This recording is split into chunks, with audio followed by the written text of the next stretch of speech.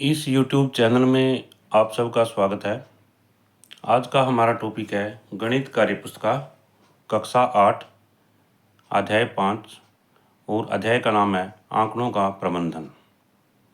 इसमें पहला प्रश्न है, कक्षा 8 के 30 छात्रों को 4 मिठाइयों में से पसंदीदा मिठाई पूछी गई, जो कि इस प्रकार है। यहाँ पर कुछ मिठाइयों के नाम दिए गए हैं जो कि 30 छात्रों से पूछा गया कि उनको कौन सी मिठाई पसंद है। जैसा कि यहाँ पर दिखाया गया है, इसमें लड्डू, बर्फ़ी, लड्डू, जलेबी, लड्डू, रसगुल्ला, इस तरह से ये सभी जो है मिठाइयों के नाम जो है दिए गए हैं। तो फिर कहता है भी आगे, मिलान चिन्हों का प्रयोग करते हुए नंबर 1 नीचे दिए गए दंडालेख को पूरा करो। तो इसमें यहाँ पर ये मिलान चिन्ह हमने प्रयोग करने हैं। जैसे हम लड्डू को लेते हैं यहाँ पर, तो इसके लिए क्या करते हैं, इनकी संख्या गिनते हैं। 1 2 3 4 5 6 7 8 9 10 और 11। तो इस 11 के लिए हम क्या करते हैं, 1 2 3 4 और 1 5, और इस तरह से 5 ये होगा 10 और 1 11। तो छात्रों की संख्या कितनी हुई जिनको लड्डू पसंद है, 11। अब इसी तरह से आगे बर्फ़ी की बारी है। तो बर्फ़ी में भी हम सभी की संख्या गिनते हैं। जैसे यहाँ से हम शुरू करते हैं, 1 2 3। तो यहाँ पर 3 आता है, 3 लिख लेते हैं यहाँ पर, और छात्रों की संख्या कितनी आ जाती है, 3 आ जाती है। इसके बाद में आगे यहाँ पर जलेबी है, इस तरह से 7 आ जाती है, और रसगुल्ला जो है 9 आ जाते हैं। तो अब हमने क्या करना है, इनका दंडालेख बनाना है। दंडालेख बनाने के लिए यहाँ इस साइड में हम ये लिख लेते हैं, नाम लिख लेते हैं इनकी मिठाइयों के, लड्डू, बर्फ़ी, जलेबी और रसगुल्ला। और इधर क्या है, छात्रों की संख्या लिख लेते हैं कि जैसे लड्डू है यहाँ पर, तो यहाँ कितने छात्रों को पसंद है। तो यहाँ पर दिए 11, तो 11 के सामने यहाँ पर हम ये दंडालेख बनाते हैं। इसके बाद में बर्फ़ी के लिए 3 है, यहाँ 3 के लिए हम ये बनाते हैं। और जलेबी के लिए आगे क्या है, 7 है, तो 7 के सामने इधर से लेते हैं और ये बनाते हैं। इस तरह से ये दंडालेख जो बन जाता है। इससे आगे है, किस मिठाई को सबसे अधिक छात्रों ने पसंद किया, यहाँ पर लड्डू, क्योंकि लड्डू को पसंद करने वाले छात्रों की संख्या कितनी है, 11 है। और सबसे कम छात्रों ने पसंद किया बर्फ़ी, कितनी है भाई, 3 है यहाँ पर छात्रों की, जो कि सबसे ज़्यादा कम है। कितने छात्रों ने जलेबी को पसंद किया, यहाँ पर 7 है, और रसगुल्ला जो है कितना, 9 है।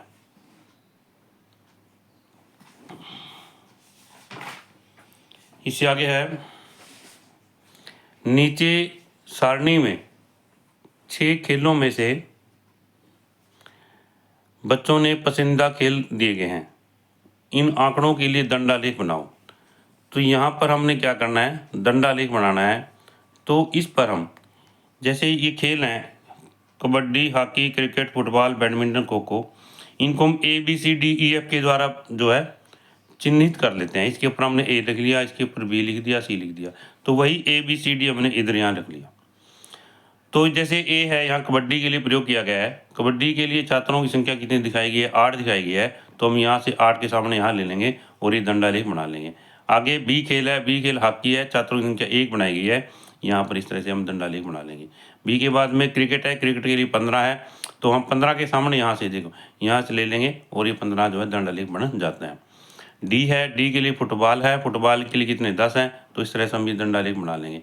और E और F इस तरह से। तो इसके बाद में, किस खेल में सबसे अधिक छात्रों ने पसंद किया, क्रिकेट ने। किस खेल को सबसे कम छात्रों ने पसंद किया, हॉकी। क्या आएगा, हॉकी आएगा, यहाँ पर हॉकी लिख लेते हैं।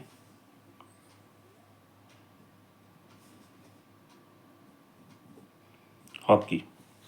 इसके बाद में आगे है, क्या कोई ऐसा खेल है जिससे पसंदीदा छात्रों की संख्या समान है। तो इसमें कौन सा खेल है, यहाँ पर है फुटबॉल और खो खो। कौन से हैं? फुटबॉल और खो खो। यहाँ से देख सकते हैं हम फुटबॉल और खो खो, ये 10, यहाँ भी विद्यार्थियों की संख्या यहाँ भी कितनी है? 10 है। कबड्डी कितने छात्रों ने पसंद की है? कबड्डी जो है 8 छात्रों ने पसंद की है। यहाँ 8 दिखाया गया है, यहाँ 8 छात्रों ने पसंद की है।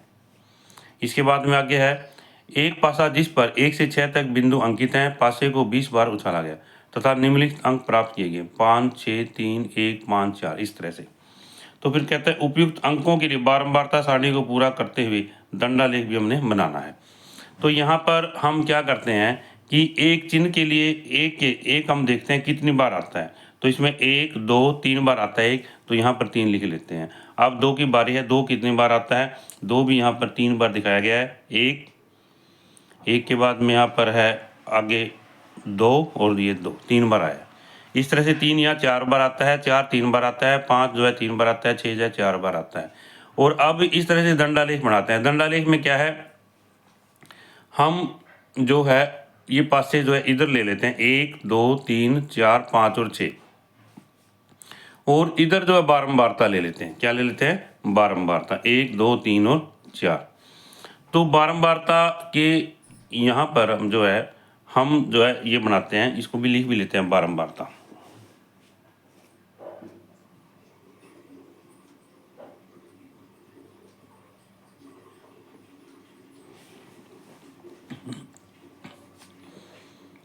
तो इस तरह से बारंबारता लेकर के हम एक कितनी बार आया, यहाँ पर 3 बार आया है, तो ये दंडालेख बना लेते हैं। 2 कितनी बार आया है? 3 बार आया इस तरह से। और 3 जो है कितनी बार आया? 4 बार। तो इस तरह से हम ये दंडालेख जो पूरा कर लेते हैं। अब तुम पासे को 50 बार उछालो, प्राप्त अंकों के लिए बारंबारता प्राप्त सारणी में दंडालेख लिखो। अब कहता है कि जैसे मान लीजिए हमने एक पासा है उसको 50 बार उछाला और हमें जो रिजल्ट प्राप्त हुए हम उनको मिलान चिन्ह के द्वारा लिखते हैं पहले। जैसे 1 है हमने 8 बार प्राप्त हुआ, 2 जो है 7 बार प्राप्त हुआ, 3 6 बार प्राप्त हुआ, 4 जो है 9 बार प्राप्त हुआ, 5 जो है 10 बार प्राप्त हुआ और 6 जो है 10 बार प्राप्त हुआ। अब इस तरह से इनका हम दंडालेख जो बना लेते हैं, जैसे कि हमने पहले आपको ऊपर बताया है। कहता है अपने दोस्तों से अपने कुल योग की तुलना करो, जिससे कम आए वह जीता। इसमें आप योग कर सकते हैं और जिसके कम आते हैं वह जीता, इसमें दिखाया गया। इसके बाद है गतिविधि। गतिविधि में है अपनी कोई पुस्तक लेकर उसे बार बार कहीं से भी खोलो और पुस्तक के बाएं पृष्ठ पर अपने वाली पृष्ठ संख्या के इकाई अंक को लिखो। तो यहाँ पर आगे है, ये थोड़ा ठीक कर लेते हैं इसको। मीना ने जब इस खेल को खेलना शुरू किया तब उसे पहली बार 59वां पेज खुला। उसने इकाई के अंक के 9 के लिए बारंबारता सारणी में रेखा बनाई। इस प्रकार उसने क्रमशः पेज संख्या 115, 43, 97, 25, 36, 29, 69, 107, 199 खुले और उन्हें अपनी सारणी में लिख लिया। इस प्रकार उसने 9 अंक 4 बार आया तो योग कितना लिखा? 36। उसकी बनाई की सारणी लिखी गई है। तो इसमें क्या है, यहाँ पर इकाई का अंक जो दिया गया है कितनी बार आया, बारंबारता क्या है इसकी? 3 जो है 1 बार आया है, 5 जो है 2 बार आया है, 6 1 बार आया, 7 2 बार आया और 9 जो है 4 बार आया है यहाँ पर। अब उनका योग लिख लेते हैं। इसका योग कितना? ये 3 है, ये 10 है यहाँ पर, ये यहाँ पर 6 है और ये कितना है? 14 है और ये कितना? 36 है। अब इसमें क्या है, हम देखते हैं आगे। तुम अपने मित्र के साथ इस खेल को खेलो और सारणी को पूरा करो तथा देखो कि 50 में से किसके अंकों का योग ज़्यादा रहा। तो इसमें यहाँ पर क्या है कि जो हम खेल करके देखेंगे और इस सारणी को जो है जैसा कि ऊपर सारणी दी गई है इसको पूरा करेंगे।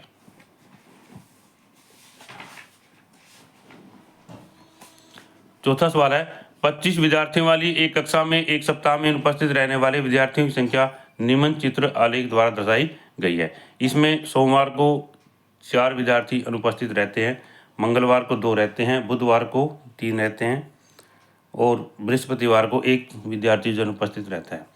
इस तरह शनिवार को 4 रहते हैं, शुक्रवार को क्या है, सभी विद्यार्थी उपस्थित रहते हैं, यानी अनुपस्थिति 0 है। उपयुक्त सारणी देखकर बता, शनिवार को कुल कितने विद्यार्थी अनुपस्थित थे, 4 अनुपस्थित थे। और बुधवार को कितने विद्यार्थी उपस्थित थे, बुधवार को 3 जो थे अनुपस्थित थे, और 25 में से 3 घटा देते हैं, 22 रह जाता है। जिस दिन सबसे अधिक विद्यार्थी अनुपस्थित रहे, सोमवार और शनिवार है। यहाँ पर जिस दिन सबसे अधिक विद्यार्थी उपस्थित रहे वो है शुक्रवार, क्योंकि शुक्रवार को उपस्थिति 25 थी, क्योंकि अनुपस्थित गया 0। किस दिन एक भी विद्यार्थी अनुपस्थित नहीं रहा, शुक्रवार को। इस तालिका पर आधारित 5 ऐसे ही सवाल और बनाओ। तो हम लिख सकते हैं, शनिवार को कितने छात्र अनुपस्थित थे, बुधवार को कितने छात्र अनुपस्थित, शनिवार को कितने छात्र उपस्थित थे, बुधवार को कितने छात्र अनुपस्थित थे। किन 2 दिनों में उपस्थिति समान नहीं। सप्ताह में कुल अनुपस्थित विद्यार्थी कितने थे। किस दिन सबसे कम विद्यार्थी अनुपस्थित रहे। इसके बाद में आ गया 5वां सवाल। नीचे दिए गए संकेत, यहाँ पर एक टोपी का जो है संकेत दिया गया है और एक टोपी का संकेत जो है 2 टोपी के बराबर है। इसमें आंकड़ों का चित्रीय निरूपण करना है। यहाँ पर क्या है, जैसे यहाँ पर कक्षा 1 है, टोपियों की संख्या कितनी 8 है, और एक टोपी का संकेत 2 के बराबर है, तो यहाँ पर जो है 4 संकेत बना देंगे। अब इसी तरह दूसरा है, टोपी की संख्या कितनी 8 है, तो यहाँ पर 8 टोपियाँ आप बना देंगे। यहाँ कितने हैं, 2 2 4 2 6 2 8 8 टोपियों के जो चित्र बनाएंगे। इसके बाद 3 है, कक्षा 3, इसके लिए 2 टोपियाँ तो 1 चित्र बनाएंगे यहाँ पर। इसके बाद 4 है, इसके लिए 10 टोपियाँ हैं, तो 5 जो टोपियों के चित्र बना देंगे। इसके बाद में 5वां है, 5वें में टोपी की संख्या कितनी 3 है, यहाँ पर 1 पूरा बना देंगे और 1 आधी टोपी बना देंगे इस तरह से। इसके बाद में आगे सबसे अधिक टोपी की संख्या की कौन सी कक्षा में है, कौन सी में है, कक्षा 2 में है। इसमें भी कक्षा 2 में यहाँ पर सबसे ज़्यादा है। 10 टोपी कौन सी कक्षा में दी गई, कक्षा 4 में। किस में दी गई, कक्षा 4 में। यहाँ से देख के बता सकते हैं हम। यदि कक्षा 3 में 8 बच्चे हैं तो कितने बच्चों को टोपी नहीं मिली। तो क्योंकि कक्षा 3 में बच्चे कितने 8 हैं, और जो टोपी कितनी थी 2 थी, तो कितने बच्चे रह गए, इसमें से 6 बच्चे रह गए। 8 में से उनको 2 टोपियाँ मिली, 8 टोपियाँ मिलनी चाहिए थी, 2 बच्चे रह गए। एक सप्ताह के दिन विभिन्न दिनों में बल्बों की बिक्री नीचे दर्शाई गई है, तो 5 बल्ब जो है 1 डॉट के बराबर है। सोमवार के लिए 1 2 3 4 5 6 6 पंजे 30 बल्बों की संख्या हुई। मंगलवार के लिए 1 2 3 4 कितने, 4 पंजे 20 होगी। अब बुधवार है, बुधवार के लिए 2 है, तो यहाँ पर 10 हो जाती है। वीरवार के लिए 1 2 3 4 और 5 5 पंजे 25, यहाँ 25 आ जाती है। शुक्रवार के लिए 1 2 3 और 4, यहाँ पर 20 आ जाती है। शनिवार के लिए 1 2 3 4 5 6 7 7 को 5 से गुणा करेंगे, बल्बों की संख्या कितनी है, 35 आई। रविवार के लिए 1 2 3 पंजे 15 बल्बों की संख्या आ जाती है। इससे आगे है, सोमवार को कितने बल्ब बेचेंगे, कितने बेचेंगे 30। किस दिन बेचेंगे बल्बों की संख्या अधिकतम थी, शनिवार को, कितने थे 35। किस दिन बेचेंगे बल्बों की संख्या सबसे न्यूनतम थी, बुधवार को। यहाँ पर हम पीछे देख के बता सकते हैं कि बुधवार को कितने बल्ब बिके, कितने 10, और ये सब सारी संख्याओं में से, ये सभी संख्याओं में से कम है 10 यहाँ पर, और बुधवार का दिन है। तो इसके बाद में आगे है, पूरे सप्ताह में बेचे गए बल्बों की संख्या, हम इन सभी को जोड़ लेंगे तो 155 आ जाती है। किस दिन बेचे गए बल्बों की संख्या समान है, मंगलवार और शुक्रवार। एक बल्ब का दाम 12 रुपये है, तो शनिवार बुधवार को कितने अधिक पैसे मिले, तो हम दोनों में से घटा देंगे। 12 × 35 - 12 × 10, तो यहाँ पर 300 रुपये का उत्तर आ जाता है, आंसर आ जाता है। नीचे एक दंडालेख ग्राफ दिया गया है, तो यहाँ पर ये दंडालेख दिया गया है, ये प्रतिदिन आय रुपए में है, यहाँ पर कामगारों की संख्या है। यह दंडालेख क्या प्रदर्शित कर रहा है, कामगारों की प्रतिदिन की आय। न्यूनतम आय वाले कितने कामगार हैं, 4 हैं, यहाँ पर कितने भी 4 हैं। अधिकतम आय वाले कामगार कितने हैं, 6 हैं। 250 रुपये आय वाले कितने कामगार हैं, 10। तो ये सभी चीज़ें हम यहाँ दंडालेख में से देख करके बताएंगे आपस यहाँ से। तो इसके बाद में आगे है, कुल कितने कामगार हैं, इन सभी को जोड़ देंगे तो 144 आ जाता है यहाँ पर। अधिकतम कामगार किस आय वर्ग के हैं, तो इसमें 250 रुपये से 300 रुपये के वर्ग में आते हैं, अधिकतम कारक, क्योंकि इसमें यहाँ पर अधिकतम क्या है, ये ज़्यादा है यहाँ पर 250 से 300 के बीच में। इसके बाद में आ गया है 7वां सवाल है, मैचों में नितिन व अरविंद द्वारा बनाए गए रनों की संख्या दी गई है, नीचे दिए गए बार ग्राफ के आधार पर दिए गए प्रश्नों के उत्तर दो। यहाँ पर क्या है, ये मैचों की संख्या यहाँ पर और ये रन दिए गए हैं। तो ये क्या, नितिन और अरविंद है यहाँ पर। तो नितिन के लिए इसमें इस चिन्ह का प्रयोग किया गया है और इसके लिए ब्लैक का यूज़ किया है अरविंद के लिए यहाँ पर। तो यहाँ पर क्या है, जैसे रन है ये 24 है, ये 43 है, क्या है, नितिन 24 है और अरविंद क्या है 43 है। यहाँ पर नितिन 63 है, अरविंद क्या है 46 है। इस तरह से हम यहाँ से इसको निशान जैसे दिया गया, चिन्ह दिए गए हैं। नितिन ने इस श्रृंखला में सबसे कम रन किस मैच में बनाए, तो इसमें क्या है, मैच 4 में, क्या है, चौथे मैच में। अरविंद ने सबसे अधिक रन किस मैच में बनाए, मैच 6 में। किन किन मैचों में नितिन ने अरविंद से अधिक रन बनाए, 2, 3, 5 और 7 में। यहाँ से देख करके बताएंगे हम इसमें 2, 3, 5 और 7 में यहाँ पर। अब इससे अगला है यहाँ पर 9वां प्रश्न, एक सप्ताह में किसी दुकानदार द्वारा बेचे गए खिलौनों की संख्या नीचे दी गई है, कौन सा उचित पैमाना लेकर एक दंडालेख ग्राफ खींच सकते हैं। हम यहाँ पर जो है जैसे 35, 5, 25 ये जो है खिलौनों की संख्या है, तो हम एक यहाँ पर एक पैमाना ले लेंगे, इसमें 1 सेंटीमीटर बराबर 5 खिलौने ले लेंगे यहाँ पर। तो अब यहाँ पर दिन लिख लेंगे, यहाँ पर सोमवार, मंगलवार, बुधवार, वीरवार, इस तरह से। अब 5 सोमवार, मंगलवार, बुधवार, बृहस्पतिवार, शुक्रवार आदि। तो इसमें इसके बाद में आगे है यहाँ पर 5, 10, 15, 20, 25, 30, इस तरह 35 लिख लेंगे। यहाँ पर सोमवार को जो 15 बलवों की संख्या आई, तो यहाँ 15 के सामने निशान लगाएंगे और दंडालेख खींच लेंगे। इसके बाद मंगलवार है, मंगलवार कितने 5 है यहाँ पर, इस तरह से, और बुधवार है, वीरवार, इस तरह से ये दंडालेख जो है बन जाता है। तैयार कर लेंगे हमसे यहाँ पर।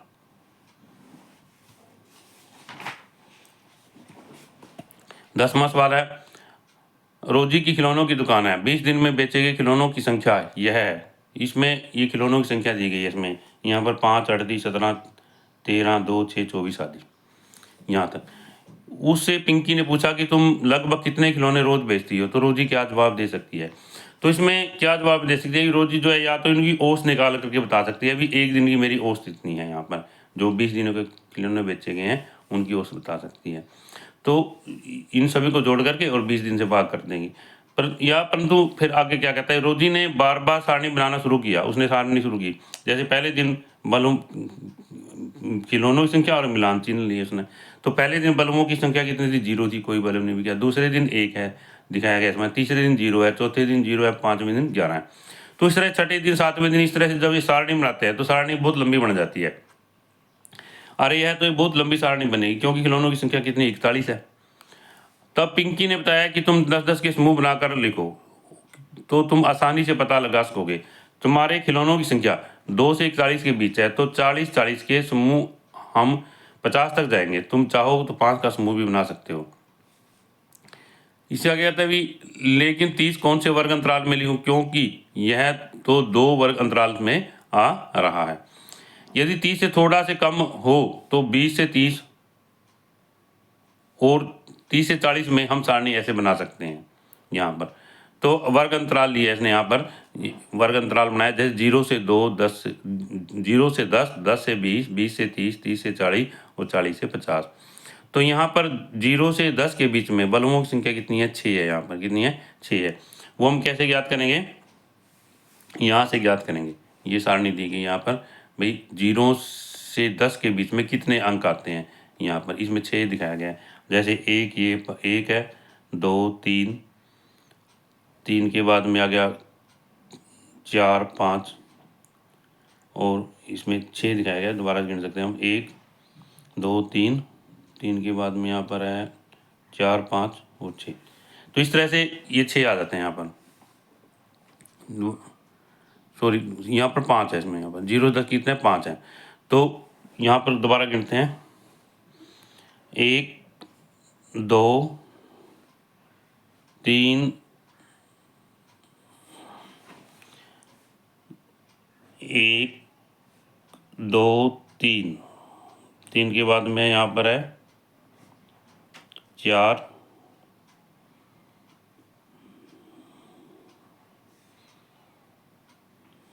10 तक है, एक ये 5 हो गया, ठीक है।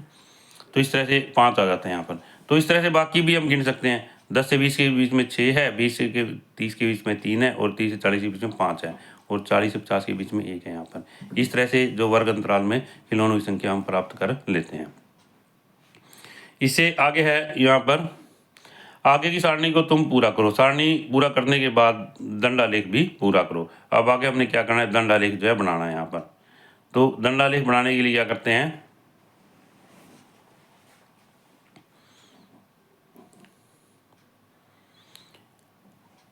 तुमने कितने दिन 40 से 50 के बीच में खिलौने बिके, कितने दिन 40 से 50 के बीच में, क्या एक दिन आता है सिर्फ यहाँ पर।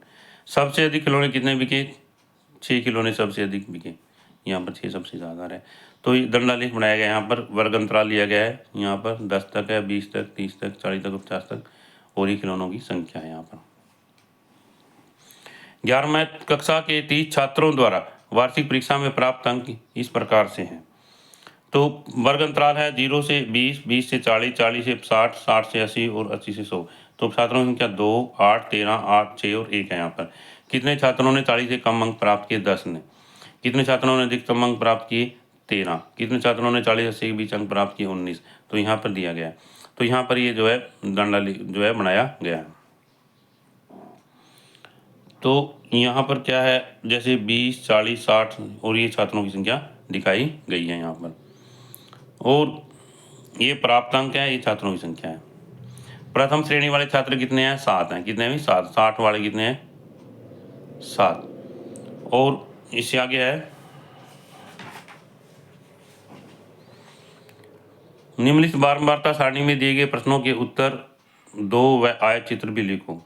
तो यहाँ पर ये प्राप्तांक है 0 से 20 कितने हैं, बारंबारता 15 है, 20 से 40 13 है, 40 से 60 20 है और 60 से 80 10 है और 80 से 100 कितने 18 है।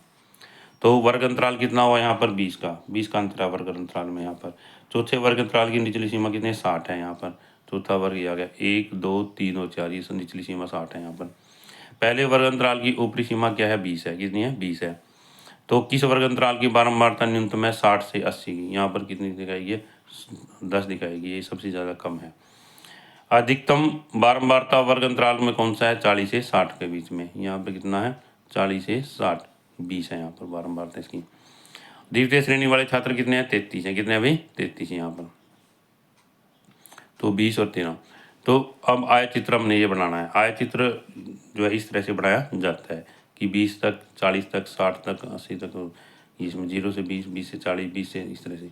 तो यहाँ पर 0 से 20 है, तो कितने दिखाए गए हैं, यहाँ पर 15 दिखाए गए हैं। हम 15 के सामने निशान लगाएंगे और इस तरह से आयत बनाएंगे। अब 40 है, 20 से 40 कितने दिखाएंगे, 13 दिखाएंगे। यहाँ पर ये 13। इस तरह से जो है हम ये आयत चित्र जो बना लेंगे। रीना द्वारा मिलने में किए गए खर्च रुपए को पाई चार्ट के रूप में इस तरह से दिखाया गया है। तो कुल खर्च दिखाया गया इसका 90 रुपये। रीना द्वारा खिलौने पर किया गया खर्च, तो यहाँ पर जो है खिलौने पर किया गया खर्च बटा कुल खर्च 1/3 भाग आ जाता है यहाँ पर। तो अब इस प्रकार उसने खिलौने वाले हिस्से को पूरा करके वृत्त के 1/3 हिस्से में रूप में लिख लिया। यहाँ पर ये 1/3 यहाँ पर ले लिया। तो अब यहाँ पर आगे क्या कहता है, अब तुम भी अन्य खर्चों को हिस्सा ज्ञात करो। तो नाश्ता है 30/90 1/3। झूले में बैठना है 10/9। 10 रुपये थे उसके झूले में बैठने के, तो 1/9 आ जाता है। खो खो के लिए है, खो के लिए है 2/9। किसके लिए भी, 2/9। अब खो को दिए उसने 2/9। इससे अगला है, चीनू को एक जेब खर्च के लिए महीने में 200 रुपये मिले, जिससे वह निम्न प्रकार से खर्च करना चाहती है। तो यहाँ पर किताब है, किताब पर उन्होंने 200 रुपये 50 रुपये खर्च करे। 50 रुपये क्या है, यहाँ पर 50/200 गुणा 360, यानी 90 डिग्री का कोण बनाते हैं। यदि हम इसका पाई चार्ट बनाते हैं तो यहाँ पाई चार्ट हमने बनाना है, क्योंकि जो ये यहाँ पर कोण है, इसे चारों तरफ का जो कोण है 360 डिग्री का होता है। तो हमने इनको 360 डिग्री के कोण को बांटना है खर्च के अनुसार। यहाँ पर है 25/200 गुणा 300, 45 डिग्री आ जाता है। अब किताब पर हो गया, ये भी खाने पीने पे भी 350 का हो जाता है, गुल्लक में 75 रुपये हैं, तो 75/200 गुणा 360 135 आ जाता है। और इस तरह से हम पाई चार्ट बनाते हैं। पाई चार्ट बनाने के लिए सबसे पहले एक लाइन खींचते हैं, फिर इस लाइन के ऊपर 90 डिग्री कोण बनाते हैं। तो ये किसके हुए? किताब के हो गए। फिर आगे जो है दूसरा जो है हम 45 इस लाइन के ऊपर 45 का कोण बनाएंगे। ये किसके हुए? यहाँ पर सिनेमा के हो गए। इसके बाद में इसके ऊपर फिर जो है यहाँ 90 डिग्री का कोण बनाते हैं, 90 डिग्री का 135 डिग्री का कोण बन जाता है, जो ये गुल्लक के में पैसे चले जाते हैं। जब मान लो अपनी आय को निम्न कार्यों में खर्च करती है, उसका रिकॉर्ड रखती है, इसे नीचे सारणी में दिया गया है। उसने इसे पाई चार्ट में दिखाना तय किया। एक वृत्त में 360 डिग्री होते हैं, अतः वृत्त 360 डिग्री उसका कुल खर्च दिखाएगा। पाई चित्र जो है इस प्रकार दिखाया गया है। तो भोजन है, भोजन में 30% है, 30% का निकाल लेंगे हम यहाँ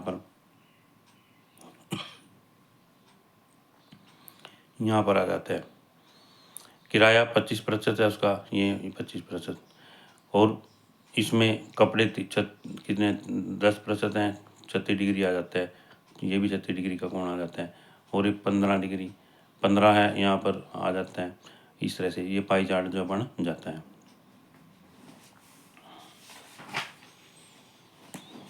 आगे कहता है कपड़े पर किया गया कुल खर्च कितना है? कुल खर्च तो 360 गुणा 10 36 डिग्री आ गया। 36 डिग्री कपड़ों पर खर्च को दर्शाएगा। अब भोजन पर है 360 डिग्री का 30%। हमने ये कोण निकालने के लिए क्या करना है? इनका 30% निकालना है, जैसे 25% निकालना है और 10%।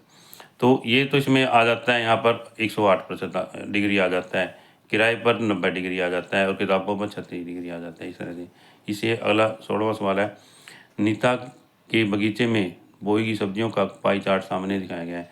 नीता ने बैंगन कितने प्रतिशत भाग में लगाए हैं? अब यहाँ पर 25% भाग आ रहे हैं, कितना आ रहा है? 25%। पाई चार्ट में देख कर बताएंगे हम यहाँ पर।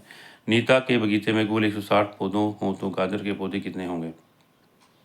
160 का 40%, तो कितने में 160 का 40 64 पौधे आ जाता है। 160/100 गुणा 40 के कितना है? अभी 64 पौधे आया। इससे अगला है कक्षा 8वीं के 100 छात्रों द्वारा विभिन्न खेलों के खेलने में रुचि के आंकड़े प्रतिशत में नीचे दिए गए हैं, इन सारणी को पूरा करो। तो इसमें यहाँ पर जो है ये सारणी दिखाई गई है। क्रिकेट छात्रों की संख्या कितनी है? 65/100 और गुणा 360 के। तो यहाँ पर आ गया 100 छात्र थे, इसलिए 100 हमने बटे 100 किया है इसका। तो 65/100 गुणा 360 234 डिग्री का कोण बनता है। इसी तरह से फुटबॉल 54 डिग्री का, आपकी 36 डिग्री, हैंडबॉल और ये वॉलीबॉल। तो यहाँ पर जो है इसके अंदर ये दिखाया गया है 7/100 गुणा 360। तो ये कोण कितना आया था? 10.8 का आ गया था या तो कोण, और ये कितना आया था? 25.2 डिग्री का कोण आ गया यहाँ पर। यहाँ इसमें स्थान कम था, इसलिए हम इसको नीचे ले आए। अब इसमें इसका पाई चार्ट हमने यहाँ पर बनाना है। पाई चार्ट में क्या है? सबसे पहले हम यहाँ पर जो है 25.2 का कोण बनाते हैं। 25.2 जो वॉलीबॉल के लिए बनाया गया है यहाँ पर। तो वॉलीबॉल के लिए कितना है? अभी 25.2 कोण बनाया गया यहाँ पर।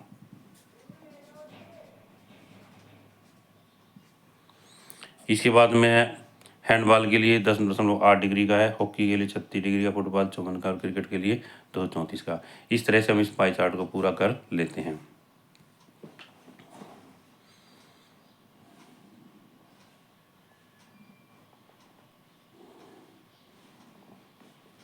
आगे इसमें है 18वां, रिंकी को पिछले महीने जेब खर्च के 20 रुपये मिले, उसका पाई चार्ट जो हमें दिखाना है। यहाँ पर ये दिखाया गया है। मिलने में 90 डिग्री का कोण है, बचत 180 है, मिठाई इसमें 36 है और चॉकलेट कितने 54 डिग्री है। तो मिलने में खर्च है 90/360 गुणा में 100 बराबर 25%। चॉकलेट पर 54/360 गुणा 100 बराबर 15%। अब सारणी को पूरा करो। अब इसमें हम सारणी को पूरा करते हैं। यहाँ पर इसमें एक जैसे कि इसमें दिखाया गया है, एक सिक्के को उछालने पर चित आएगा। तो इसमें है कहता है भी निश्चित नहीं, असंभव नहीं, हो भी सकता है परंतु निश्चित रूप में नहीं है। हाँ, सिक्के की चित व पट आने की संभावना बराबर होती है। इसके बाद में 1 महीने के बाद उसकी उम्र बढ़ेगी। हाँ, असंभव नहीं, क्योंकि उम्र बढ़नी बढ़नी निश्चित नहीं, निश्चित है इसमें यहाँ पर। एक 5 से को फेंकने पर 8 आएगा नहीं, हाँ और नहीं। 5 से पर 1 से 6 तक के अंक होते हैं, क्योंकि 8 नहीं आ सकता, असंभव। चित्र के तीनों कोणों का योग, त्रिभुज के तीनों कोणों का योग 360 डिग्री होता है। उत्तर आएगा नहीं, असंभव, हाँ नहीं। त्रिभुज के तीनों कोणों का योग कितना होता है? 180 डिग्री होता है। कल बारिश आएगी? नहीं, नहीं। असंभव भी नहीं है, और इसमें ऊपर ही दिया गया निश्चित भी नहीं है। तो इसमें आएगा परंतु, क्या कहता, हो भी सकता है परंतु निश्चित रूप से नहीं, हाँ। तो इसमें संभव हो सकता है।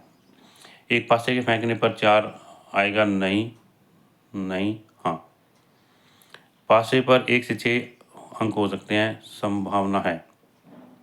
सूर्य का पश्चिम से निकलना? नहीं, नहीं, क्योंकि सूर्य की शेप निकलता है, पूर्व से निकलता है, ये सत्य है। सूर्य सदा पूर्व से निकलता है। इस सारणी में हमने देखा कि कुछ चीज़ें निश्चित रूप से होती हैं, इनको बदला नहीं जा सकता, था कुछ चीज़ें हो भी सकती हैं और नहीं भी। इन्हें इस संभावना कहते हैं, जिसकी हम प्रायिकता कहते हैं। जब हम पासे को फेंका जाता है तो उसकी संभावना का परिणाम क्या होता है? जो पासे की जो गोटी होती है उस पर 1, 2, 3, 4, 5, 6 लिखा हुआ होता है।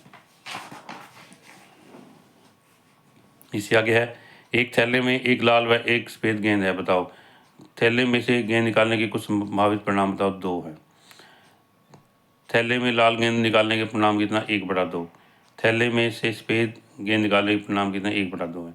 लाल गेंद निकालने की प्रायिकता, लाल गेंद निकालने का परिणाम बटे थैले में से निकलने के कुल संभावित परिणाम कितने हैं?